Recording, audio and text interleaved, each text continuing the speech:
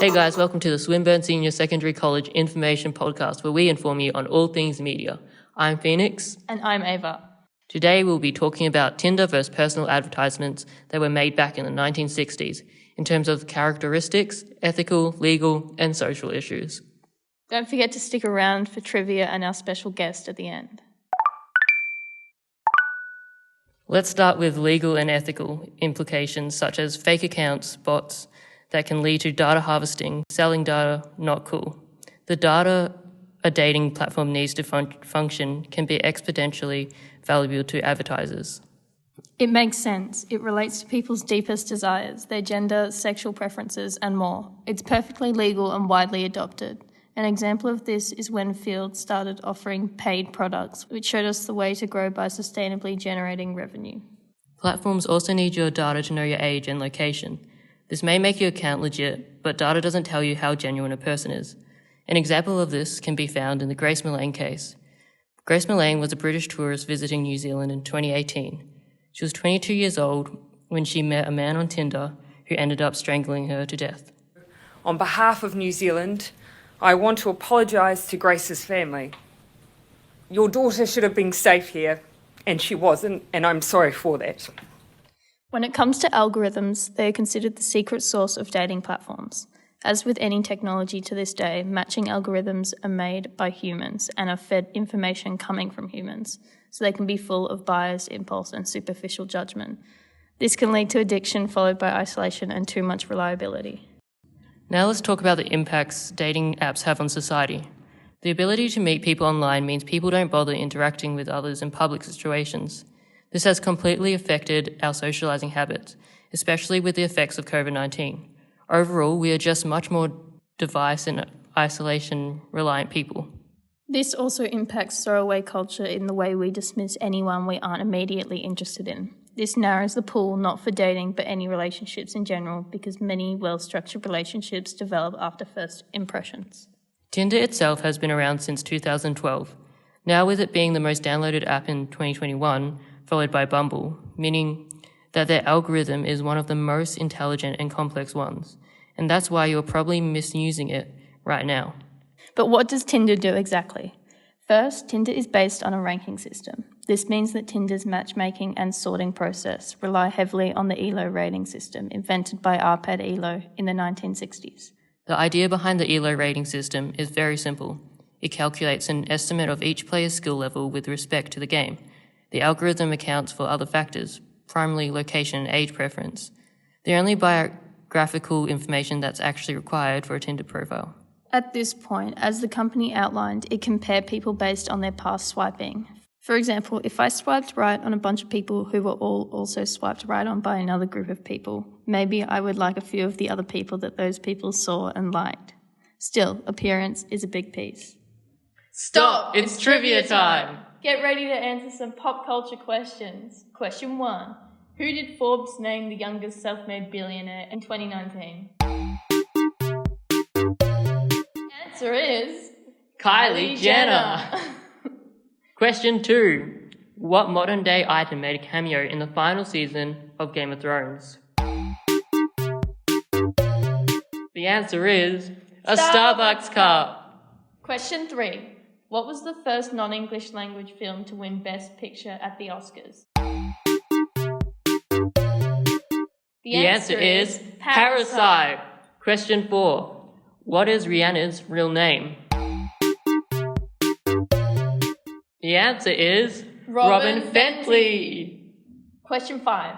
How many kids does Angelina Jolie have? The answer is 6. That's the end of trivia time. Hope you did well. Let's talk about convergence in terms of how Tinder came to be. The advancement with algorithms has changed the way dating apps are constructed. They now show you more of what you want to see. Dating technology has gone from newspaper to web to apps, and due to the increase in platforms, many more people use dating apps than personal advertisements. Dating apps are easier to use and they are much faster due to media hybridization. For example, texting, videos, and photos. Dating apps now rely on texting and photos in order to work and stay popular. Now, when it comes to the individual, mental health is an important factor, as these dating apps come with many self-esteem issues and even addiction. Pluralities believe that whether a couple met online or in person has little effect on the success of their relationship. Just over half of Americans, 54%, say that relationships where couples meet through dating sites or apps are just as successful as those that begin in person. 38% believe these relationships are less successful, while 5% deem them more successful. Public attitudes about the impact or success on online dating differ between those who have used dating platforms and those who have not.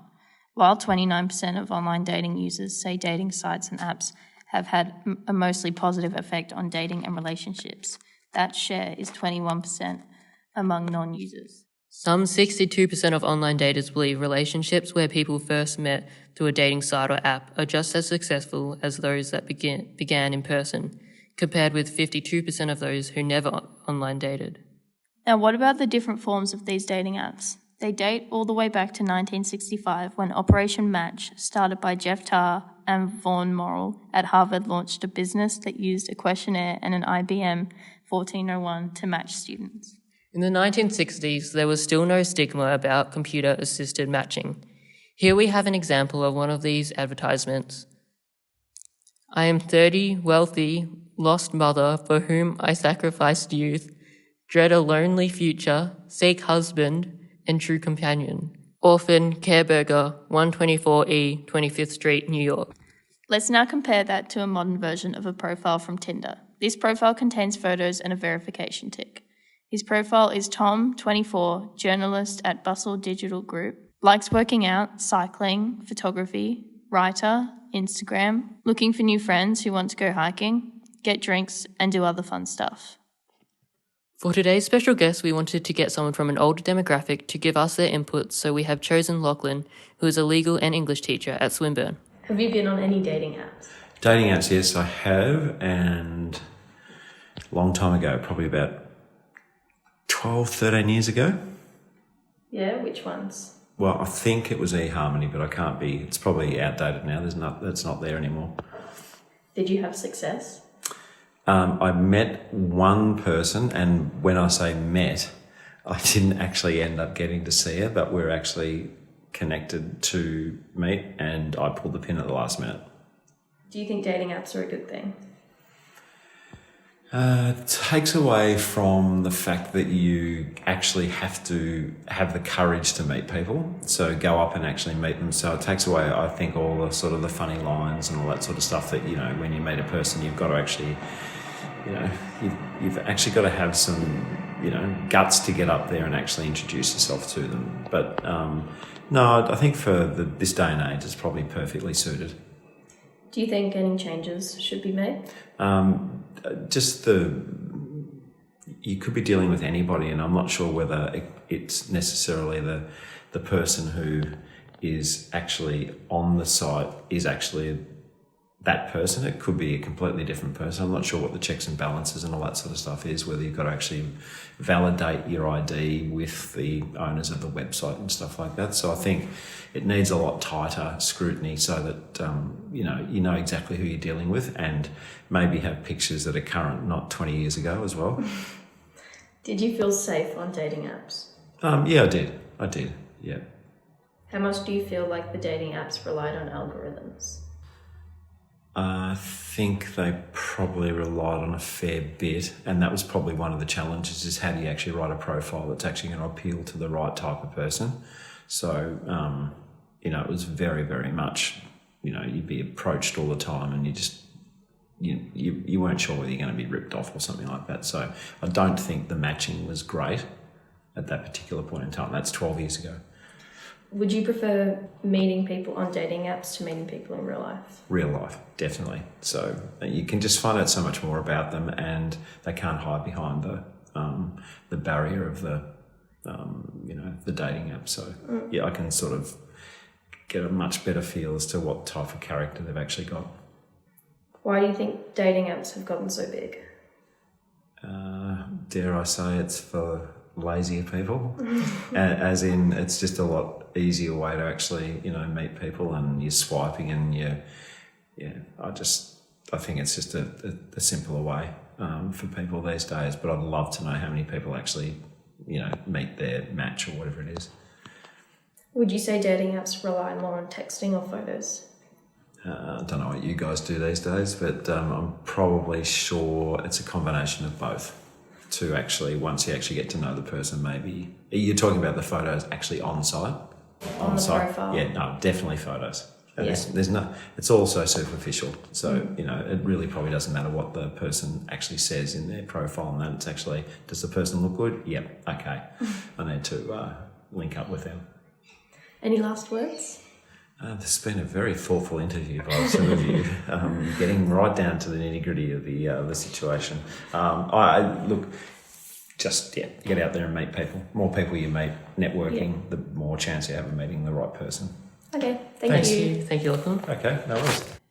Now, we wanted to compare Lachlan's answers to a younger demographic, so we asked the same questions to an anonymous sender who I will be playing as we read the questions. Have you been on any dating apps? Yes. Which ones?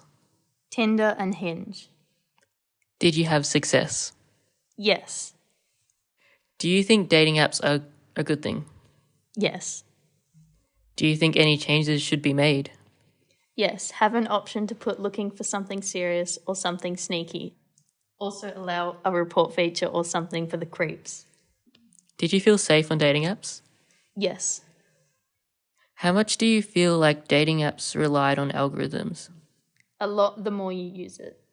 Would you change anything about the dating apps or your experience on them? Showing location is a bit scary. On Hinge, it shows your direct suburb. You can turn this off, but might be safer to not have that option. Would you prefer to meeting people on dating apps to meeting people in real life? Real life, so you can actually see their personality and if they are lying about their height. Why do you think dating apps have gotten so big? Lockdown. More people use social media. Would you say dating apps rely more on texting or photos? Photos for sure. People mostly use dating apps to swipe through as a joke. That's the end of that. Thanks for listening. Bye. Bye.